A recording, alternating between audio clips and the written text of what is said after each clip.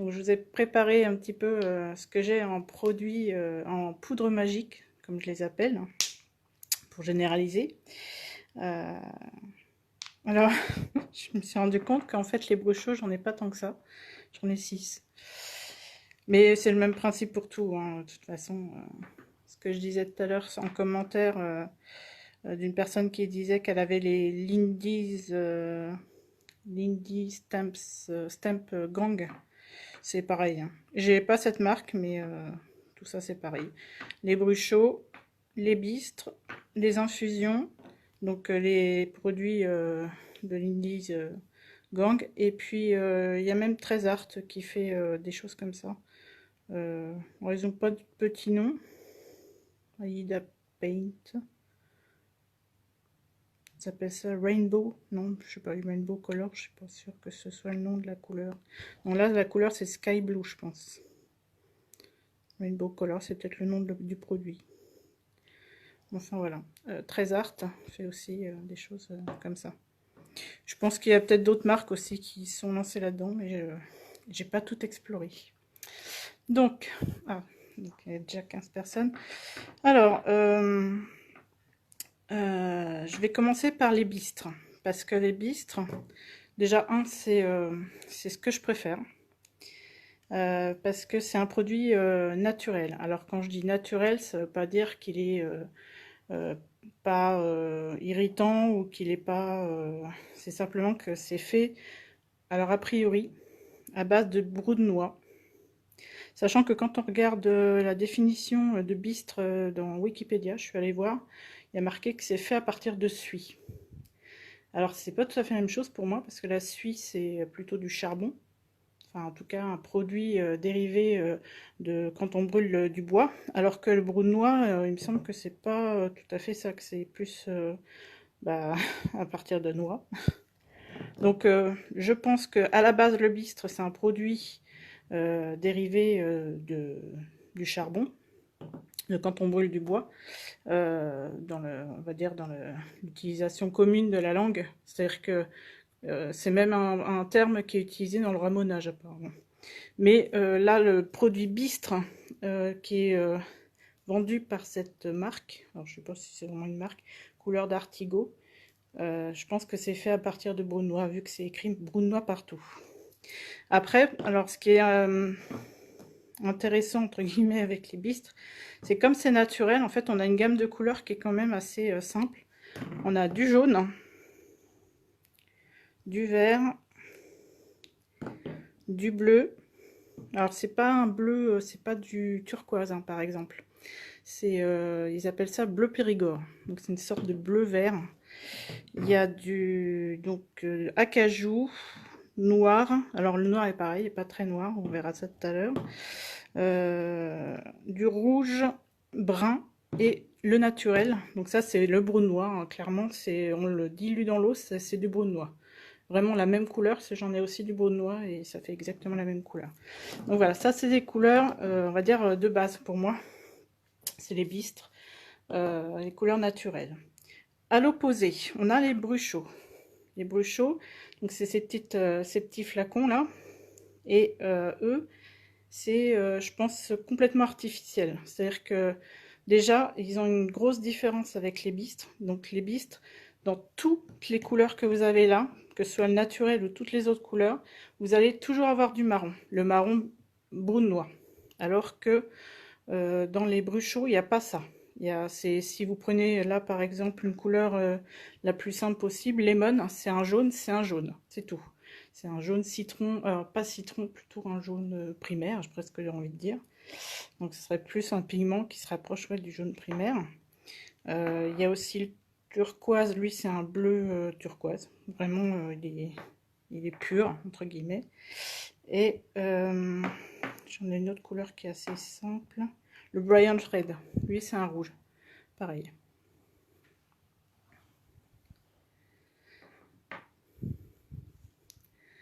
Karen, tu me dis PowerTex également fabrique des bistres en petits pots. C'est quoi PowerTex? C'est une marque, la marque qui fabrique les le PowerTex, ce qu'on connaît sous le nom de PowerTex. Et les bruchos sont complètement éco? Ah bah je dis pas que c'est dangereux, hein, je dis juste que c'est, je pense que c'est des pigments qui sont en tout cas différents de ceux qu'on voit en bistre.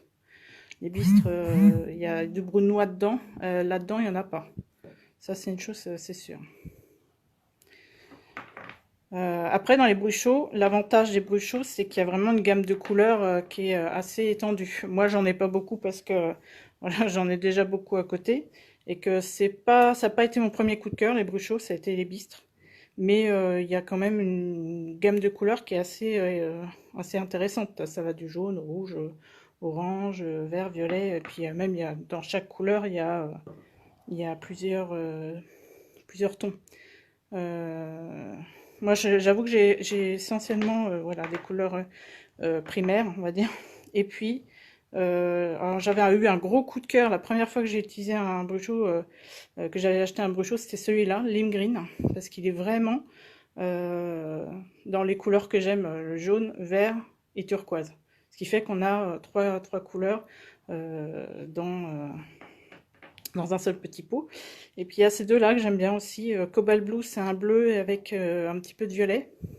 Et puis Moss Green, hein, c'est en vert. Il y a un mélange de couleurs dans celui-là. Je crois même qu'il y a une touche de violet. Celui-là, je crois que c'est celui-là, le Moss Green. Ouais, je crois que c'est celui-là. Voilà. Ça, c'est le Moss Green, par exemple. Donc, vous voyez, on a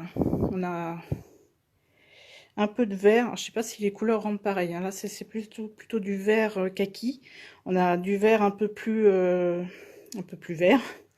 Il y a même un petit peu une petite touche de marron. Et ce que j'aime bien, c'est la toute petite touche de violet. Donc ça, je crois que c'est Moss Green. Je ne vais pas m'avancer trop, mais il me semble quand même. J'ai un doute quand même. Ça, j'ai des exemples que j'ai sortis de mes boîtes à fond.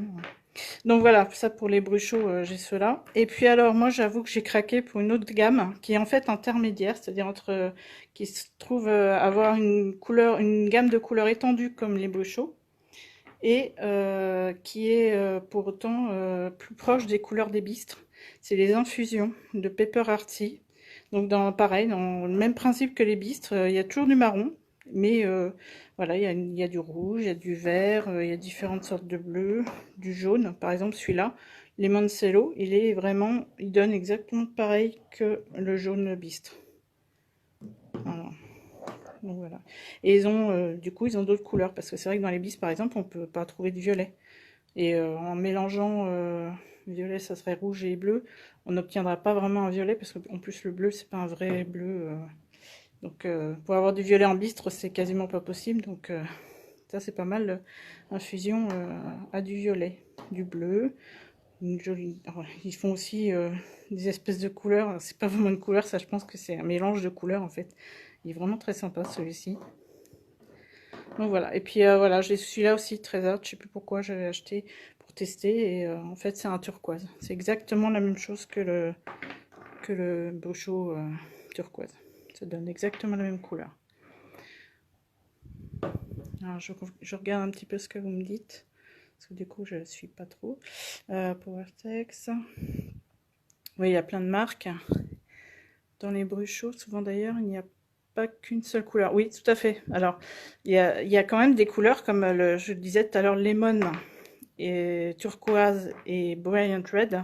C'est vraiment des couleurs presque pures. C'est-à-dire qu'il n'y a pas de, ça peut pas être un mélange parce que le pigment rouge, c'est un pigment, c'est une couleur primaire. Je cherche, voilà.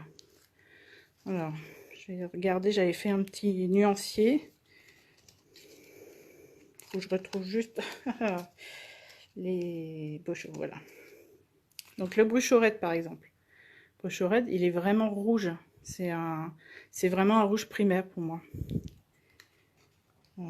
Alors que par exemple le lime green, effectivement, lui par contre c'est un mélange. Je pense que à la base c'est un mélange de turquoise et de jaune. Mais du coup, voilà, turquoise et jaune, ça fait, on a du jaune, du turquoise et l'intermédiaire, du vert. Le turquoise, il est vraiment pur, je trouve. Le bruchot Cobalt Blue, ce que je disais, c'est un bleu qui est un peu plus soutenu et avec une touche de violet. une bistre moss green. Je vous montrais tout à l'heure, je sais pas si... Oui, c'est vraiment un... Dans les verres que j'aime bien, c'est les verres un peu kaki, quoi. Et le lemon, par exemple, le lemon, il est pur, lui.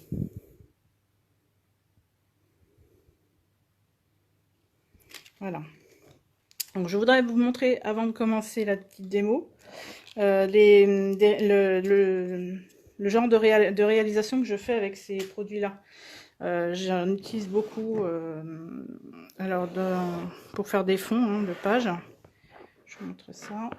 Alors, par exemple, j'avais fait petite démonstration. J'avais testé, en fait, je m'étais amusée à tester toutes les couleurs de bistre. Donc là, vous avez toutes les couleurs de bistre sur la même page. Donc vous avez le jaune, le vert, le bleu. Vous voyez, le bleu, il est pas tout à... c'est pas un bleu turquoise, c'est un bleu presque bleu canard. Enfin, ça dépend comment, dans quelle proportion, le dilue, tout ça. Le noir, qui est plutôt un peu gris-violet, avec toujours une touche de marron. Alors celui-ci, je pense que c'est le brun. Ça, c'est naturel, donc couleur brune noix. Et alors là, on a deux couleurs qui sont très proches l'une de l'autre. Je pense que celui-là, c'est rouge et celui-là, c'est acajou. Donc voilà, ça, c'était une page de Art Journal que j'avais fait. Je m'étais amusée. J'ai mis un peu de temps à faire ce fond. Hein. Alors, pour cette page de Art Journal, j'avais utilisé du papier aquarelle. Je trouve que globalement, comme on met pas mal d'eau avec ces produits-là, enfin en tout cas moi quand je les utilise, je mets pas mal d'eau, je trouve que c'est quand même pas mal d'utiliser un papier qui tient la route avec les techniques humides. Donc en général, j'utilise du papier aquarelle. Après, j'ai déjà testé, euh, par exemple, j'ai fait cette page. Hop là. Un peu de recul, voilà. J'avais fait cette page et ça, cette page-là, je l'avais fait sur un cardstock blanc que j'avais, cardstock qui sert pour le scrapbooking. Et donc, ça marche, hein, c'est juste que ça gondole un peu, quoi. La page, effectivement, là, même après avoir été écrasée dans l'album, elle est toujours un petit peu gondolée. Mais ça marche bien. Donc, ça, c'est le lime green, par exemple. Il donne vraiment une couleur hallucinante. J'adore, je suis trop fan.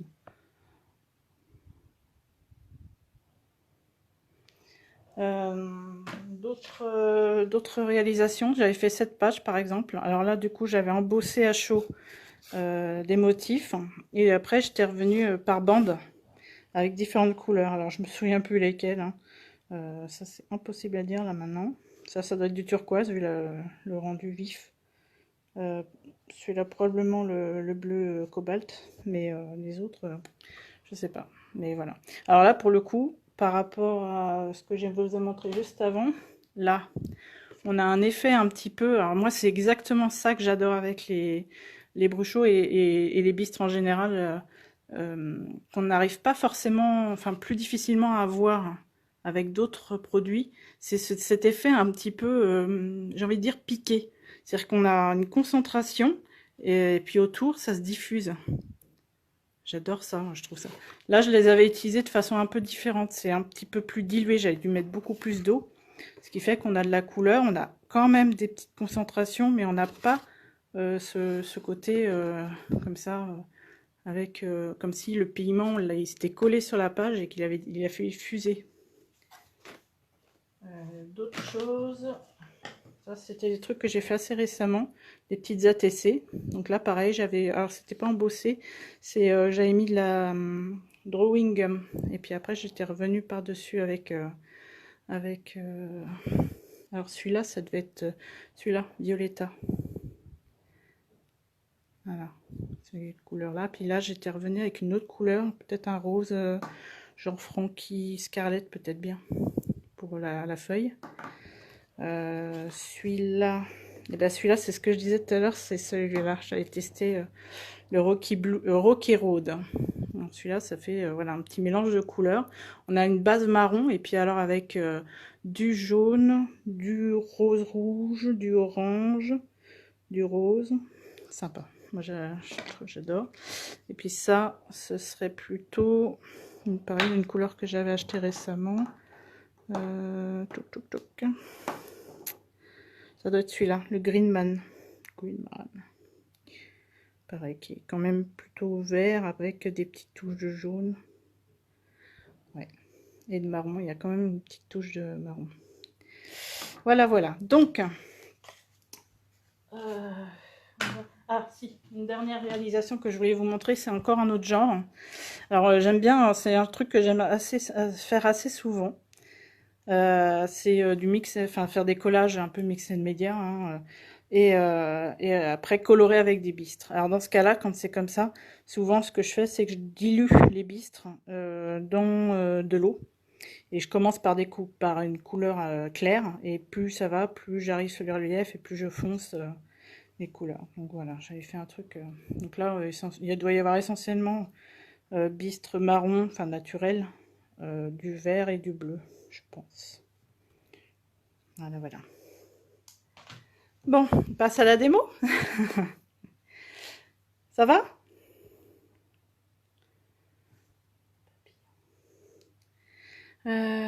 Alors, je vais commencer avec papier aquarelle, avec lequel je sais que ça marche bien. Ça, c'est un papier aquarelle classique qui est assez épais. Je crois qu'il fait 300 celui-là. Et allez, on commence avec bistre. Je vous montre le bistre noir, par exemple. Donc, de l'eau, pulvérisateur. Alors moi, j'utilise un gros pulvérisateur. Alors, il y a deux façons de... Enfin, moi, j'ai vu deux façons de faire quand on utilise ces produits comme ça. C'est soit de mettre d'abord la poudre et de pulvériser, soit de pulvériser et de mettre la poudre. Alors moi, je trouve que c'est quand même mieux de pulvériser d'abord l'eau, parce que quand on met juste la poudre, déjà, c'est un peu difficile de mesurer la quantité, surtout quand c'est à sec comme ça. Et puis surtout, quand on pulvérise, ça fait quand même un souffle. Et ça souffle en fait la poudre, et du coup on se retrouve avec de la poudre tout autour. Et ça, par contre, je vous le dis tout de suite, c'est une saloperie, parce que quand il faut nettoyer derrière, on a l'impression qu'on a travaillé proprement, et en fait c'est pas le cas. En général, quand on nettoie autour avec un chiffon, bah, on se retrouve avec de la couleur qui réagit, alors qu'on avait l'impression que le support était propre. Donc moi, je commence toujours par pulvériser de l'eau, et j'en pulvérise quand même beaucoup. Enfin, voilà, faut que ce soit mouillé, hein. Je sais pas si on voit. Ah. Voilà, il y a quand même des gouttes petites, grosses, et puis le papier commence déjà à gondoler. Ça, c'est pas forcément pratique, mais... Et alors, pour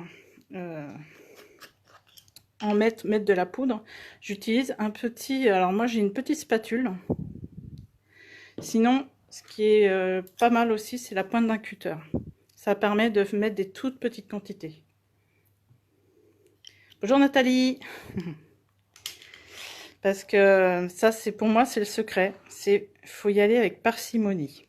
Je dis pas qu'il faut pas en mettre beaucoup, qu'on peut ne pas, enfin, on peut en mettre beaucoup, mais il faut toujours commencer tout doux quand même, parce que ça va très vite en fait. C'est des pigments qui sont super, enfin, c'est des pigments quoi, c'est concentré. Oups. Et voilà, j'en ai mis à côté comme ça. Et puis voilà. Donc par exemple là, ce que je vous montre, la quantité, je sais pas si vous allez voir. J'ai un contre-jour. Ouais, enfin, vous voyez, la spatule, elle est remplie. Bah ça, je peux pas mettre tout ça, c'est pas possible. Il y en a vraiment, vraiment beaucoup trop. En général, en fait, j'en mets comme ça sur la spatule, et puis j'enlève le max. Voilà. Et là, je sais pas si vous voyez. Voilà. Vous voyez, il y en a tellement peu, et pourtant, voilà. On le voit qui commence à réagir.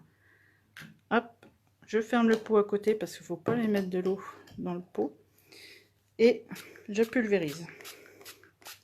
Alors c'est là que je vois que j'en ai mis à côté. Et genre, je mets pas mal d'eau quand même. En fait, moi, je pulvérise jusqu'à ce que je vois que ça commence à fuser un peu partout. Alors je vois, le problème c'est que j'ai un peu de mal à diriger avec celui-là. Voilà. Et en fait, il faut attendre. Il faut toujours attendre un petit peu, parce que bah, il faut le temps que la réaction se fasse, hein. Alors il y a des fois, Là, par exemple, je vois que c'est pas mouillé, pas assez mouillé en tout cas. Voilà. Oh, il me fait des grosses gouttes, je sais pas pourquoi. Voilà. Bon. Alors moi, ce que je fais souvent, je l'aide un petit peu. Par exemple, là, je vois que c'est trop concentré et puis c'est pas assez mouillé pour le coup. Donc j'aide un petit peu l'eau à aller vers les zones qui sont foncées. Voilà. Donc là, c'est pas mal. Après, une fois qu'on a commencé à faire notre fond, on peut en remettre. Alors, on sèche bien sa spatule. Hein. On peut en remettre. Par exemple, là, je trouve que c'est pas mal. Mais là, c'est un peu trop clair à mon goût. Donc, je vais en remettre. Alors, toujours une toute petite quantité. Tapote comme ça au-dessus. Puis, je vais aller en mettre par là aussi. Voilà.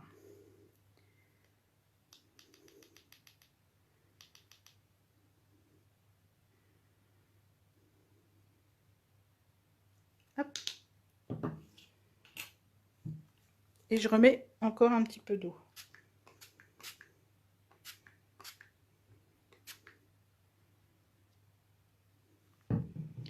Et à nouveau, alors je sais pas si vous voyez si ça rend bien les couleurs, mais là pour l'instant je n'ai mis que du bistre noir et vraiment j'ai l'impression d'avoir du violet.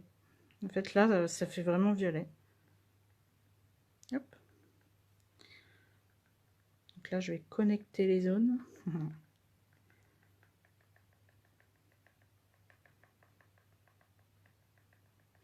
Et après, par exemple, là, je trouve que c'est trop foncé. On peut venir avec un bout de chiffon. Et puis, alors, je vais essayer. Le but du jeu, c'est pas de. Alors, moi, un truc que je fais surtout pas, c'est d'éponger tout. Parce que vous allez enlever les pigments, vous allez enlever j'allais dire le relief, c'est-à-dire les pigments qui vont rester un peu collés. Et puis, vous allez enlever la couleur, quoi. Et ça va un peu gâcher le truc. L'idée, c'est d'avoir à la fois des zones qui sont très claires et des zones qui sont très foncées. Enfin, moi, je trouve que c'est ça l'intérêt, en fait, de ce produit. Parce qu'on peut avoir vraiment des nuances. Enfin, des différences de concentration qui sont très fortes. Et ça je trouve ça super intéressant. Je sais pas si vous voyez bien. Voilà. Et donc, faut bien en fait, faut le laisser sécher.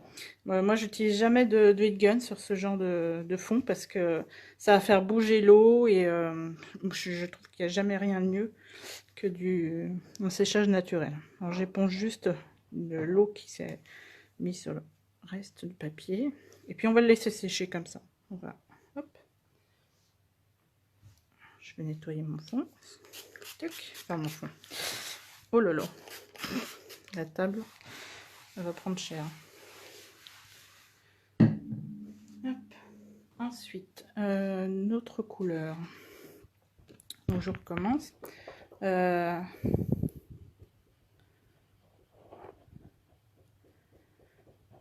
qu'est-ce que vous me racontez je remonte. Pour éviter que la feuille gondole, scotch de masquage, s'il colle trop. Ouais, mais le scotch de masquage, le problème, c'est qu'après, si je bouge ma feuille, faut que je puisse quand même... Après, oui, oui, effectivement. Mais là, ça gondole, mais là, c'est du papier de qualité quand même. Il gondole un peu, mais en séchant, il va revenir normal.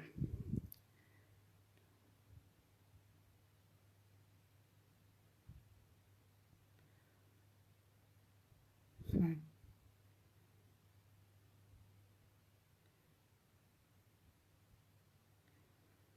Les astuces, il faut apprendre la patience. Ah oui, il faut apprendre la patience quand on travaille avec les pigments, oui, tout à fait. Donc voilà, petit format carte par exemple. Ouais, on va tester par exemple celle-ci. Je remets un peu d'eau. Là, je commence toujours avec de l'eau. Hein.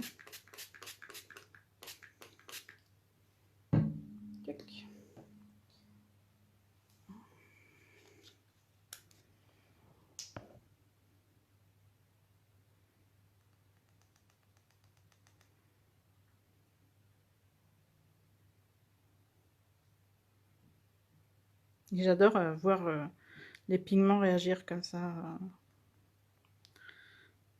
Tac. Vous voyez, hein, j'en mets vraiment peu. Hein.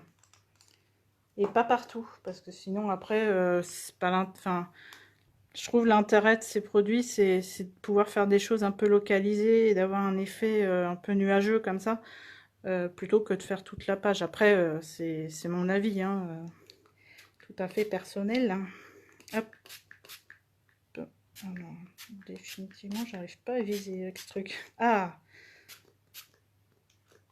Alors celui-là est vraiment très beau. Alors, comme je maîtrise pas, je mets trop d'eau là où je voudrais que ça s'arrête. Et puis,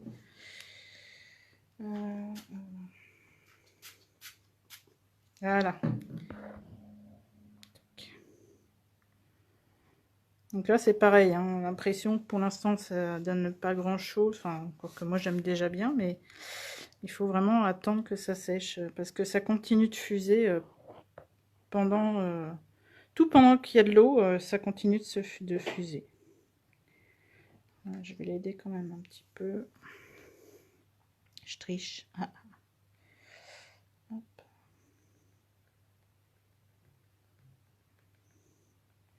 Alors quand je fuse comme ça, j'essaye de respecter le principe du bistre, du bruit chaud, c'est-à-dire de faire ce petit côté un peu pointillé. Donc j'essaye pas d'étaler parce que si on étale, forcément on va tout mélanger en fait, toutes les petites couleurs différentes qu'il y a là, bah, elles vont s'uniformiser et ça va faire un truc tout caca en fait.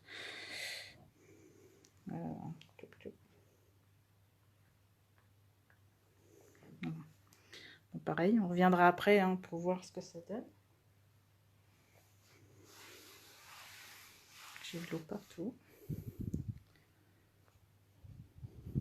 La spatule Nat, je sais plus comment tu t'appelles. C'est une spatule de laboratoire. C'est un petit souvenir que j'ai ramené de mon ancien travail. C'est une petite spatule. Mais je réfléchis où est-ce qu'on pourrait se procurer ce genre de choses, mais je vois pas trop. C'est vraiment une spatule que j'ai récupérée en laboratoire. C'est le genre de produit qu'on utilise justement pour doser quand on pèse des micro-quantités. Mais honnêtement, une pointe de spatule, ça fait carrément l'affaire. Hein. Et éventuellement, mais à moins d'avoir, enfin, si vous avez un couteau de peintre par exemple, mais plus fin que ça, parce que là, déjà, le bout est déjà trop large. Mais il y en a qui sont en pointe. Je sais plus, j'en avais un quelque part, mais je le trouve pas. Mais s'il y en a voilà, un couteau de peintre qui finit en pointe, ça peut le faire, le couteau de peintre.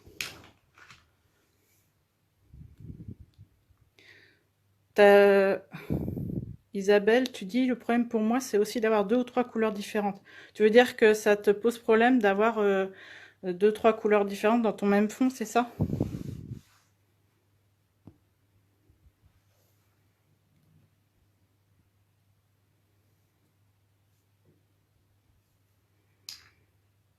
Oui, Nathalie, je parle d'une spatule pour étaler la pâte de structure, sauf que il en existe plein de formes, hein, des couteaux de peintre, ce qu'on appelle un couteau de peintre, c'est à la base. Effectivement, on peut appeler ça aussi une spatule.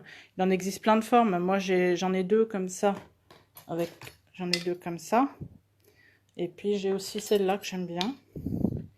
Mais je sais que j'en ai déjà vu avec avec un peu cette forme-là, mais avec une pointe vraiment beaucoup plus courte et avec une pointe. Et alors, pour le coup, je trouve que c'est pas idéal pour étaler la pâte de structure, mais ça serait bien, par exemple, c'est bien pour doser les, euh, les bruchots et les bistres. C'est ça, c'est celui-là. Alors, on va tester un bruchot. Allez, le lime green. Alors ça, c'est joli fond assuré. Bon, il y a un petit truc dessus. De l'eau.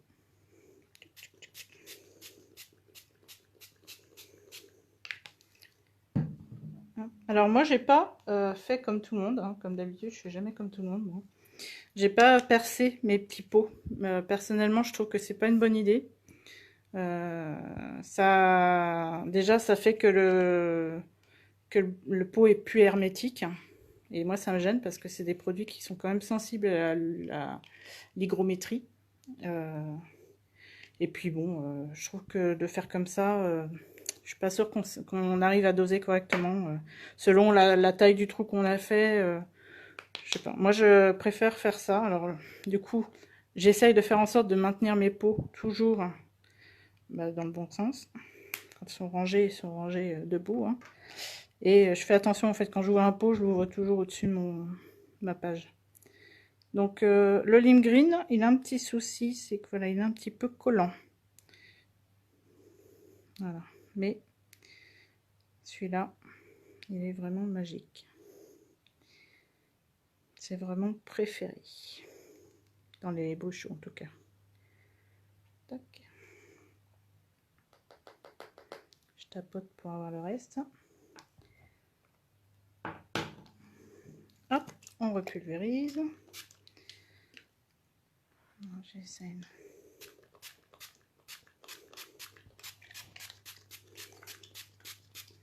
Voilà. Ah ouais. C'est dingue ça. Il faut vraiment que je change de pulvérisateur en fait. Tac. Donc là, je vais juste. Hop. Alors moi, ce qui me fascine quand même, c'est que, je sais pas si vous avez fait attention, on a une poudre là, on a une poudre qui est orangée. Voilà. Elle est plutôt couleur uniforme orangée. Il y a des petits grains qui sont un peu plus gros, avec une granulométrie un peu plus grosse, qui sont plus clairs. Mais on a un truc orangé et à la fin, voilà, on a un truc vert, bleu et jaune. Je trouve ça génial. Hop. Donc voilà, celui-là, il a des couleurs. Vous voyez, hein, par rapport à ce que je présentais tout à l'heure, tout début, là on a un bistre, donc couleur un petit peu de terre, des couleurs un peu ténues. Là on a les infusions, une infusion, donc on a à la fois les caractéristiques du bistre avec du marron et des couleurs un peu ténues, mais on a aussi des petits flashs de couleurs un petit peu plus vives.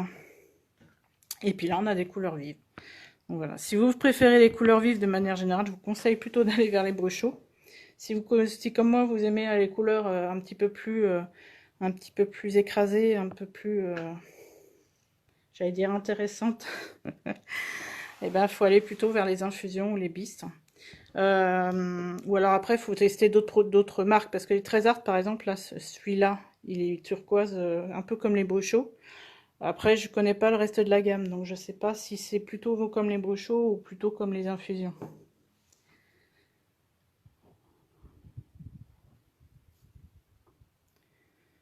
Ah oui, les spatules, on trouve sur les sites. Ah oui, tout à fait, effectivement, sur les trucs de.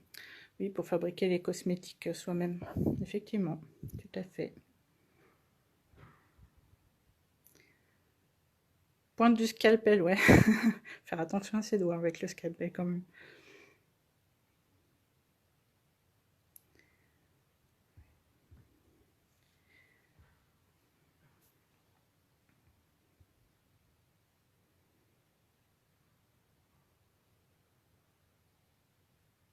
Oui, alors ben voilà, c'est le problème. Là, Valérie, tu me dis, mes bruchots sont percés avec une punaise.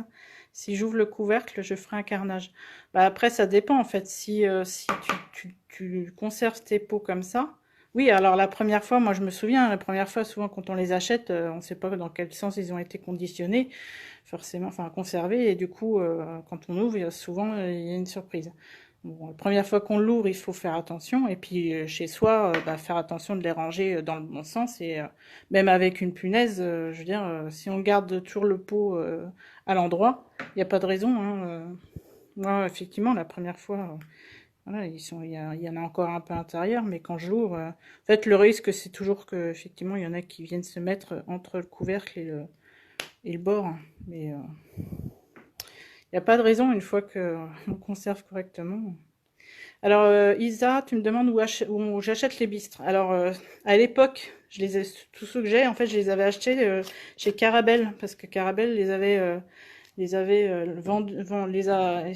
essayé de les promouvoir à une époque avec les Bruchot. Quand les Bruchot sont sortis, en fait, ils ont sorti aussi les bistres. D'ailleurs, c'était Anna qui avait fait un atelier que j'avais suivi et j'étais tombée amoureuse des bistres. Elle avait tout, elle avait les bistres et les Bruchot et j'étais tombée amoureuse des bistres. Et j'ai acheté tous les bistres qu'il y avait chez Carabel. Et après, seulement, je me suis intéressée aux autres. Mais aujourd'hui, on en trouve encore dans certaines boutiques. Il suffit de faire bistre dans Google. Hein, il y a encore quelques boutiques qui vendent, qui vendent les bistres et qui vendent toute la gamme. Alors ça, c'est vraiment variable. Il y a des fois, je me souviens d'une fois où je les avais proposés en atelier et on, on m'avait demandé effectivement où tu les achètes et tout ça, et j'avais galéré pour trouver.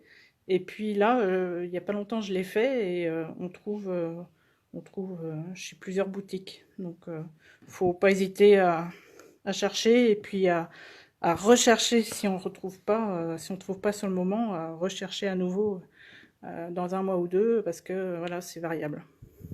Mais c'est vrai que c'est pas un produit. Alors déjà, c'est pas un produit scrap. C'est-à-dire que c'est à la base, c'est un produit qui est fait pour les beaux-arts et puis pour même, je pense, pour le bricolage. Et, euh, et c'est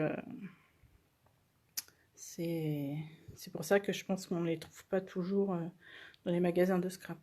Et en plus, c'est un produit, je trouve quand même globalement que les Bruchot et les bistres et tout ça, c'est des produits qu'on entend peu parler globalement, je trouve. Ils ont pas, je dirais pas qu'ils ont pas la cote, mais qu'ils sont pas vraiment à la mode, on va dire. En ce moment, à la mode, c'est voilà les distress oxydes, par exemple. Mais on entend moins parler des bistres, des Bruchot, des infusions. Euh, c'est dommage. Moi, je trouve ça dommage.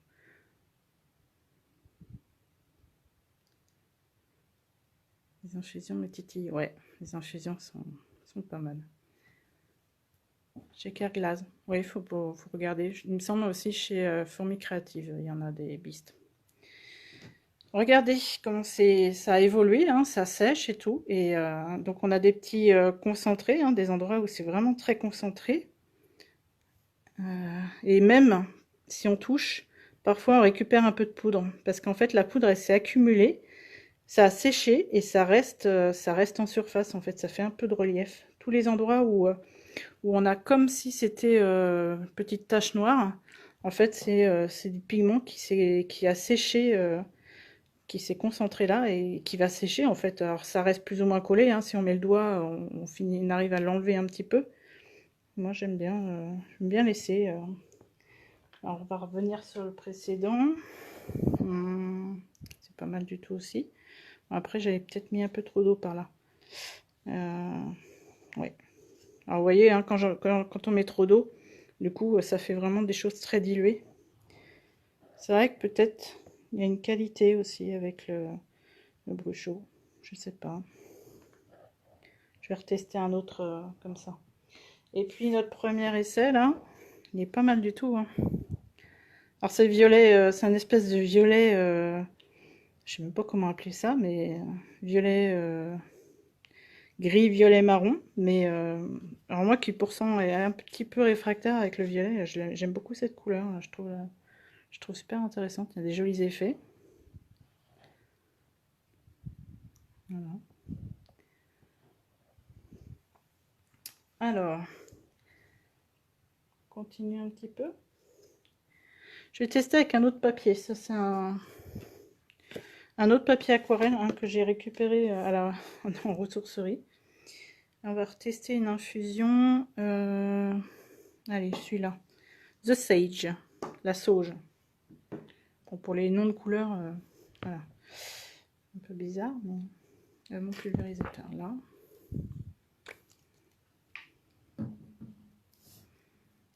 Hop, pulvérise.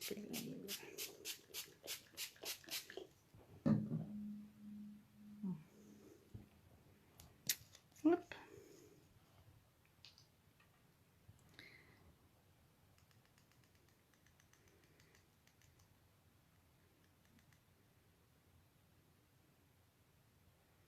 Pulvérise.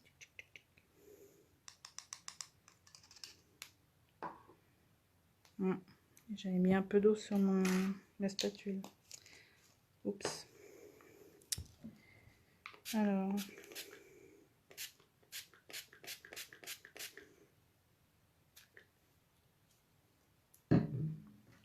Oh là là.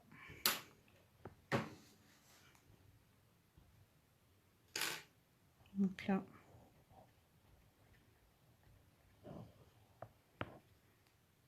Donc celui-là est pas mal aussi comme couleur. On a une espèce de vert kaki marron comme base. Et après on a du bleu, du rose et du jaune quand même qui viennent. Et même du orange là, je vois tout au milieu. Là on a du orange. Ah oui, il y a à nouveau qui a effectivement sorti des Shimmer Power Anis. Effectivement, j'avais oublié cette marque-là qui a sorti ça assez récemment. J'étais assez surprise quand ils ont ressorti leur gamme. Parce que comme je disais, je trouve quand même que globalement, ces petites poudres sont pas hyper à la mode. Enfin, on n'en entend quand même pas beaucoup parler. Et pourtant, effectivement, il y a à nouveau qui a sorti une gamme il n'y a pas longtemps. Il faudrait que j'achète un flacon pour tester. Alors, d'accord, il y a un côté irisé. C'est pas mal. As-tu essayé avec du sel, en plus des infusions? Rajouter du sel par-dessus? Je suis pas sûre que ça va faire grand-chose. Vu que le sel, l'idée, c'est d'arriver, d'enlever un peu, de nuancer le sel, en fait, comment dire? J'ai fait un fond il y a pas longtemps comme ça, justement. Euh,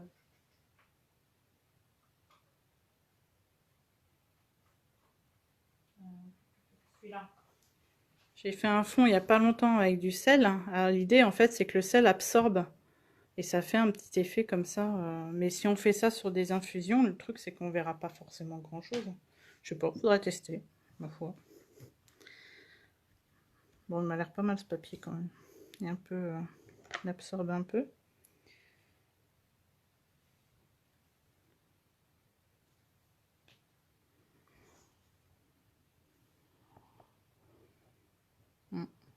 C'est pas mal.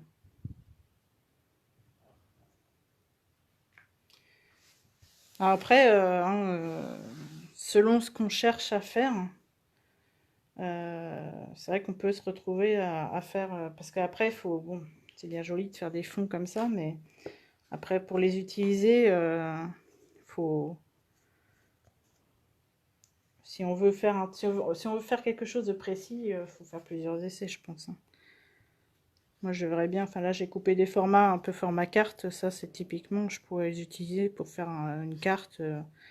ouais, une carte. Ou éventuellement des ATC. Mais donc après, quand ça sèche, hein, ça fait des... Là, par exemple, ça c'est complètement sec, celui-ci. Ah, celui-là, c'est le bleu Périgord de Bistre. Et là, il est complètement sec, hein, c'est un ancien fond que j'avais fait. Et voilà. Vous voyez, on a des effets super sympas. Et ça, bah, je trouve que c'est très parfaitement utilisable pour faire ouais, une carte ou même une page de hard journal, pour imaginer. Alors si on remet de l'eau, hein, je pense que là, même sec comme ça est sec depuis très longtemps celui-là, si on remet de l'eau, ça le redilue, hein.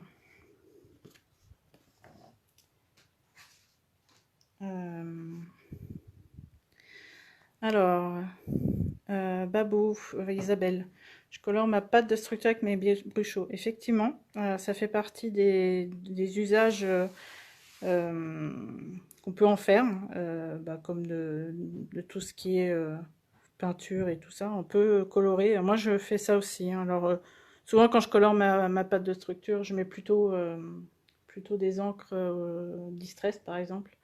Mais effectivement, on peut le faire avec ça. C'est juste qu'il faut bien touiller parce que comme la poudre, elle va pas forcément se fondre, enfin, elle va pas se dissoudre tout de suite. Il faut bien mélanger, quoi.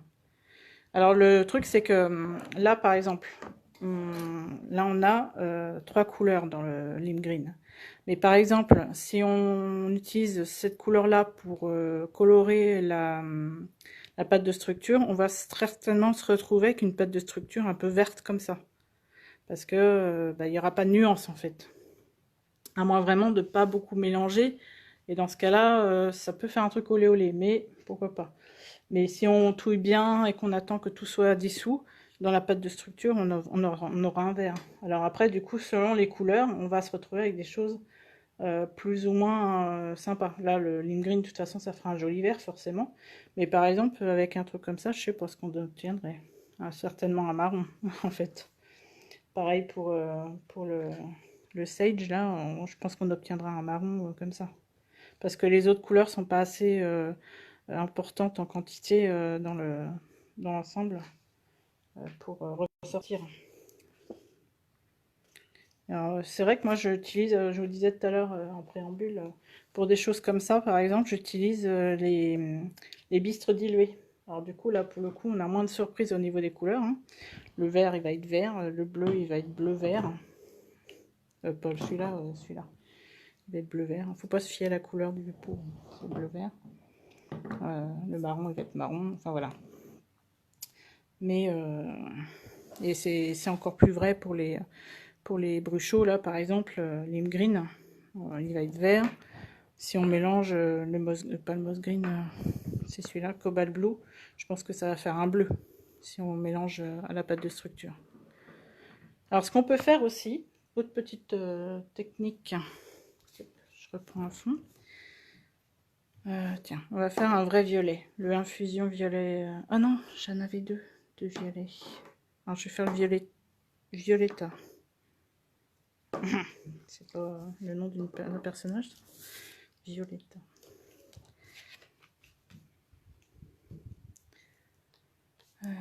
Tu vois, c'est Magic Paint. Magic Paint de F Deco. Attendez, je vois pas les liens. Tu as aussi Magic Paint de F Deco. Magic Paint de F Deco, c'est des poudres. Super ce fond. On peut faire pareil avec les Lindies. Oui, tout à fait. Tout ce que je fais là, hein, c'est même procédé avec les Lindies, hein, je pense. J'en ai pas, donc je peux pas garantir, mais je pense, vu ce que j'en ai regardé, enfin j'ai regardé un petit peu c'est ce qu'ils appellent les poudres magical ou un truc comme ça, et c'est exactement la même chose, hein. Le bleu Périgord est beau. Toto Tata Scrap, quelle pâte de structure j'utilise? Alors moi j'en ai plusieurs des pâtes de structure, mais globalement celle que j'utilise le plus souvent c'est celle-ci. Modeling Paste de Liquitex. C'est du mortier, qu'ils appellent du mortier, bah, c'est écrit d'ailleurs, hein, mortier de structure. Et ça fait son poids. Et c'est de la pâte de structure qui est pas trop. Elle est un peu grise, hein, forcément, elles sont rarement très blanches les pâtes de structure. Mais elle est très. Elle est. Comment dire, on peut l'utiliser pour beaucoup de choses en fait. C'est du produit de Beaux-Arts. Après, il y a aussi des marques comme Golden ou PBO qui en font. Ou il y a aussi les pâtes de structure de chez Finabert que j'aime bien aussi. Alors là, j'en ai pas, mais voilà. Je suis pas sectaire. J'utilise celle-là parce que j'en ai toujours un pot chez moi. Mais... Donc, allez, un petit peu de violet. Et là, je vais vous montrer un petit truc en utilisant un pochoir. Normalement. Si on fait, donc on mouille bien, hein, toujours pareil.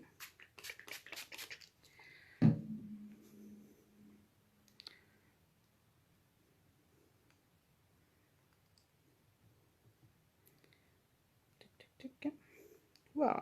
Alors oui, celui-là, très fifi. Ah, quelle explosion, c'est dingue.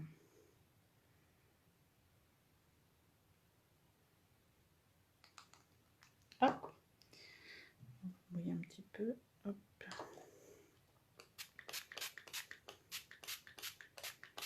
Alors, j'espère que ça va marcher. Normalement, si on fait comme ça.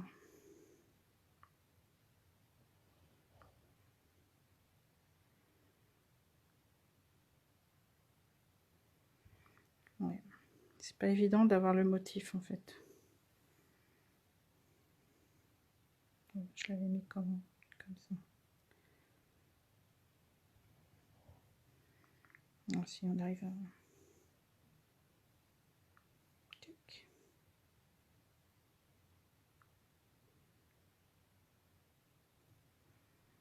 Mhm. Voilà. Là, pour le coup, on habille un peu plus le fond. Alors, par contre, je vais remettre un petit peu d'eau sur ma spatule. Voilà. Tic, tic, tic, tic, pour faire. Ça me plaît pas. Voilà, c'est mieux.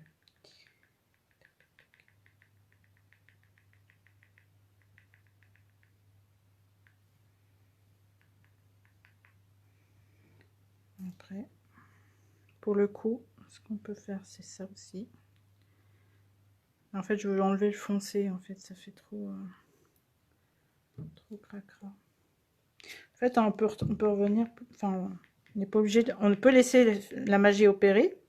Mais il y a des fois, on peut l'aider aussi, la magie.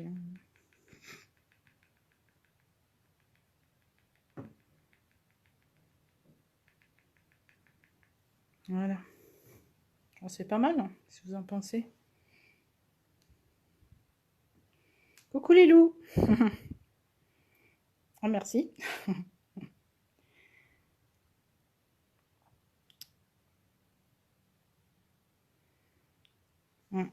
Après, faut utiliser les pochoirs qui soient un petit peu, effectivement, un petit peu ciselés, hein, pas des choses trop grossières. Euh, Après, ça se nettoie bien. Comme ça. Voilà. Et alors, ce qu'on peut faire aussi, c'est utiliser un tampon. On peut prendre un tampon, pareil, le même principe. Tant qu'il y a encore un peu d'eau, ça peut... Hop, on fait comme ça. Tac. Voilà. C'est trop beau. Hop.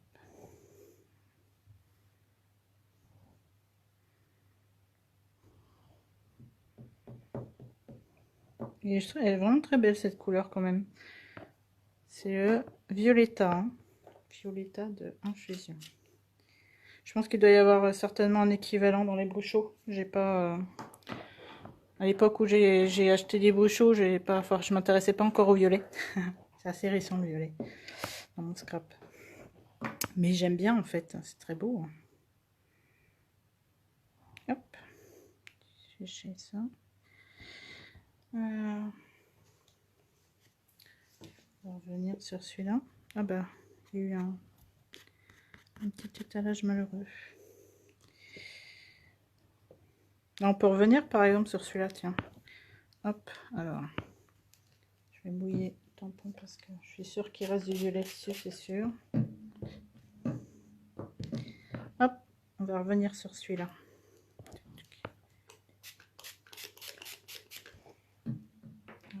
Alors oui, j'ai pas dit aussi, mais on peut mélanger les couleurs aussi. Hein.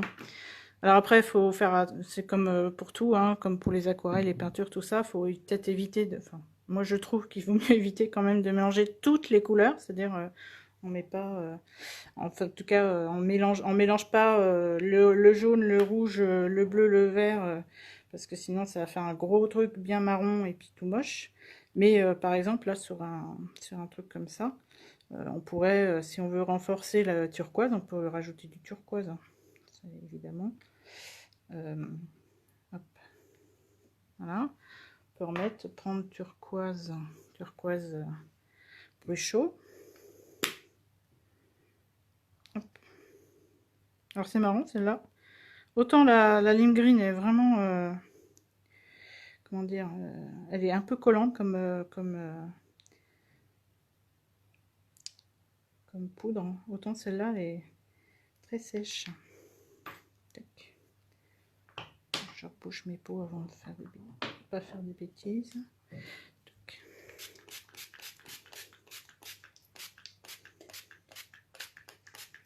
Hop. Et puis là, je prends mon tampon. En plus, ça va aider. Alors, comme c'est très mouillé, là, pour le coup, le dessin du tampon est moins fin, mais c'est pas mal. Tac. Hop.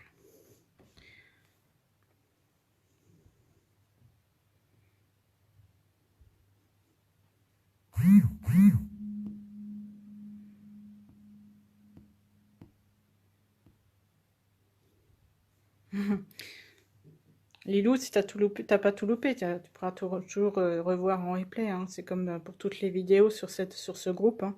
Après, on partage et on peut les revoir. Isabelle, si j'y arrive pas, c'est parce que j'ai pas la spatule.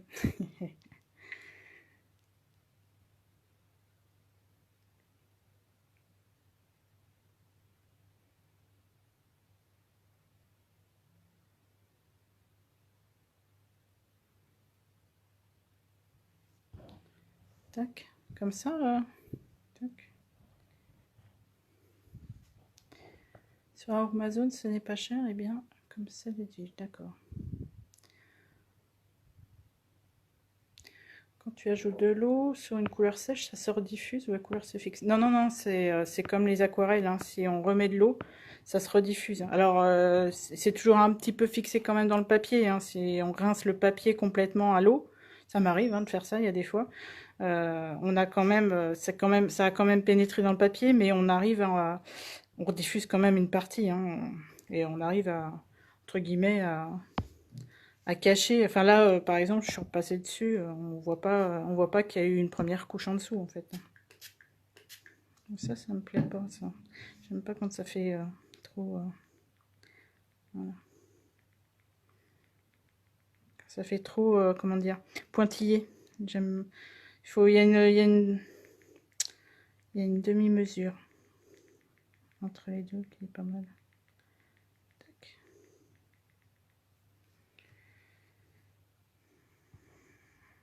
Je vais essayer de choper du vert.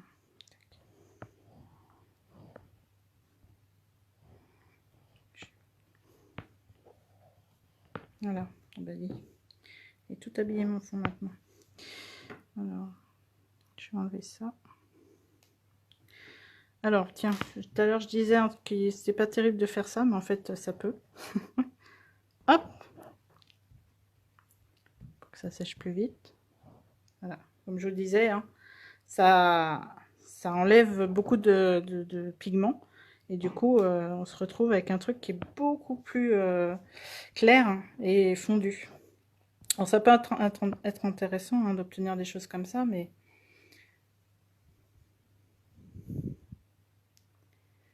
Alors là, c'est les bruchos, hein, c'est pour celles qui y arrivent en cours. Là, on est sur le bruchot lime green. Donc c'est un lime green, c'est à la fois, il y a du jaune, du bleu, et puis bah, du coup, hein, quand ça se mélange, on se retrouve avec du vert. Mais il existe donc ce que je disais dans les bruchots, des couleurs qui sont entre guillemets pures. C'est-à-dire que là, si on utilise le lemon, on va avoir que du jaune comme ça. Je vais ressortir mon... Ah, il est où? Ah là. Je vous remontre. Donc ça, c'est le lime green. S'il veut bien concentrer. Ça, c'est le turquoise, beau chaud. Et ça, c'est le lemon. Donc ça, c'est des couleurs qui sont... voilà, il n'y a pas de surprise, c'est jaune. C'est tout. Là, on a le cobalt blue. Donc là, on est sur une couleur qui est un petit peu plus intéressante. On a un bleu un petit peu plus foncé que le turquoise et puis avec du violet. Et dans les couleurs pures aussi, dans les beaux chauds, il y a le rouge. Voilà. Là, pareil, pas de surprise, c'est rouge. C'est un rouge primaire. Enfin, c'est pas un rouge primaire parce que le rouge primaire il est quand même un peu rosé. Ah si, je regardais à travers l'écran. Sur l'écran, moi, ça me fait rouge, mais en fait, en vrai, c'est quand même plutôt magenta.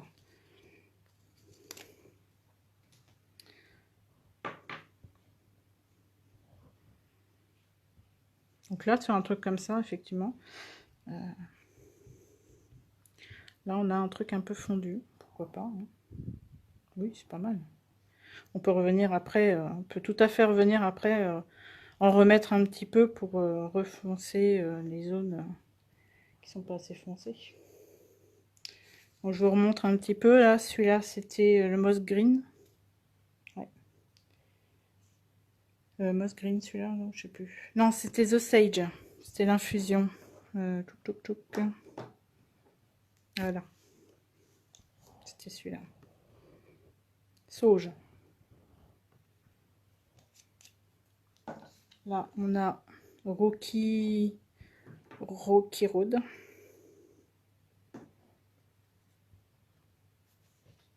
Donc là, notre fond qui a commencé à sécher, là, Violetta.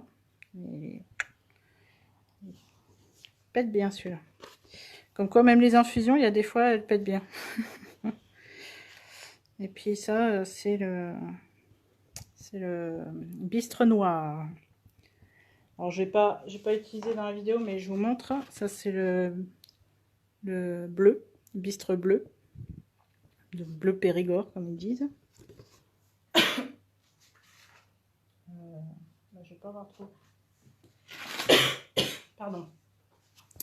J'ai pas le Covid, hein, ne vous inquiétez pas. Et ça, c'est toutes les couleurs de bistre, par exemple. Je vous remontre. Donc ça, c'est le marron, enfin le naturel. Il y a 8 couleurs dans les bistres. Naturel, brun, noir, bleu, vert, jaune. Et là, on a rouge et acajou, je pense. Voilà. Bon, je pense que j'ai fait un petit peu le tour. Est-ce que vous avez des questions avant que je ferme, que je clôture la session? Oui, les nuanciers, Lilou, c'est un peu j'en ai un peu partout des nuanciers. J'en ai même un deuxième de celui-là, en fait. Il y a des fois, j'ai des nuanciers. Celui-là, c'est un nuancier. C'est la même chose, mais avec toujours une partie gesso. Donc là, sur le gesso, hein, j'en ai pas trop parlé parce que c'est encore autre chose. Et c'est plus aléatoire, j'ai envie de dire. Mais on peut travailler aussi sur du gesso. Hein. Mais les couleurs sont un peu différentes. Enfin, voilà, ça ressort moins. Comme vous pouvez voir, souvent c'est un petit peu plus ténu.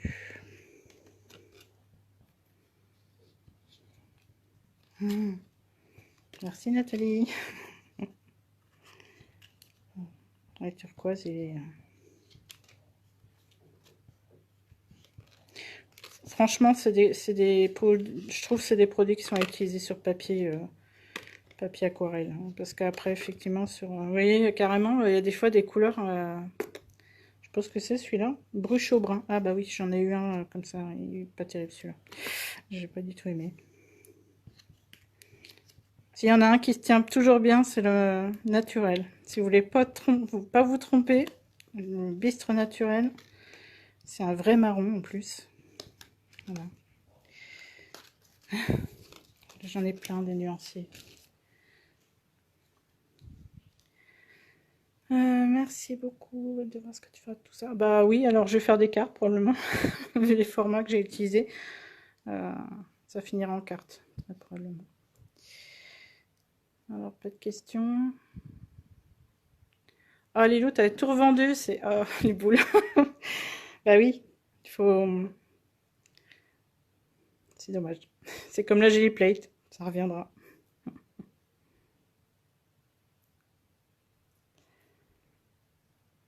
Donc, pas de questions, a priori.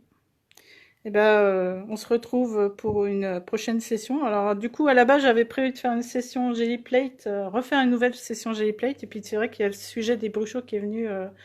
se mettre dans un fil de conversation et je me suis dit que c'était une bonne idée de faire ça. Mais prochaine fois, je refais une session Jelly Plate avec... je voudrais vous montrer un petit peu en fait ce que j'aurais peut-être dû vous montrer en premier en fait.